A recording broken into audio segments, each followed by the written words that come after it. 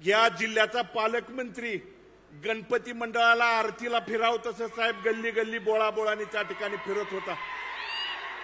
या जिल्ह्यानं प्रत्येक तालुक्यात, प्रत्येक शहरात, प्रत्येक त्या ठिकाणी नगरपालिकेला बघितलंय, येऊन त्या ठिकाणी चौकात त्या ठिकाणी सांगत होता।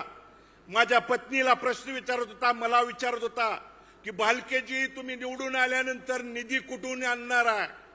तुम्ही निवडून आल्यानंतर त्या ठिकाणी निधीला माझ्याकडे यावं लागणार आहे। पण मी त्यांना ठामपणे त्यावेळी सांगितलं होतं, भारतनाना भालकेंच्या तालमीत तयार झालेलो होतं आम्ही त्या ठिकाणी कार्यकर्ते आहे। निधी कुठून आणणार आहे?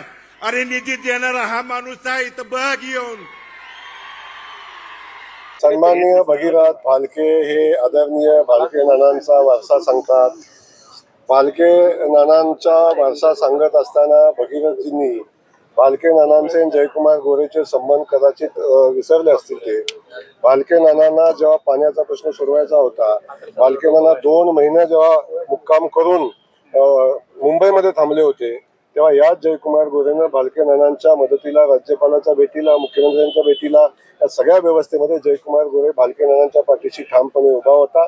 आणि माझा मतदारसंघ नसतानाही त्यामुळं ज्याची त्याची संस्कृती आहे, कुणी आरतोय बोलावं, कुणी काय बोलावं, पण एक सांगतो की त्यांनी त्यांची संस्कृती दाखवलेली आहे आणि मला वाटतं भालके नानांना बिलकुल हे अपेक्षित नाही। त्यामुळं आणि पंढरपूर शहरात तर बिलकुल नाही।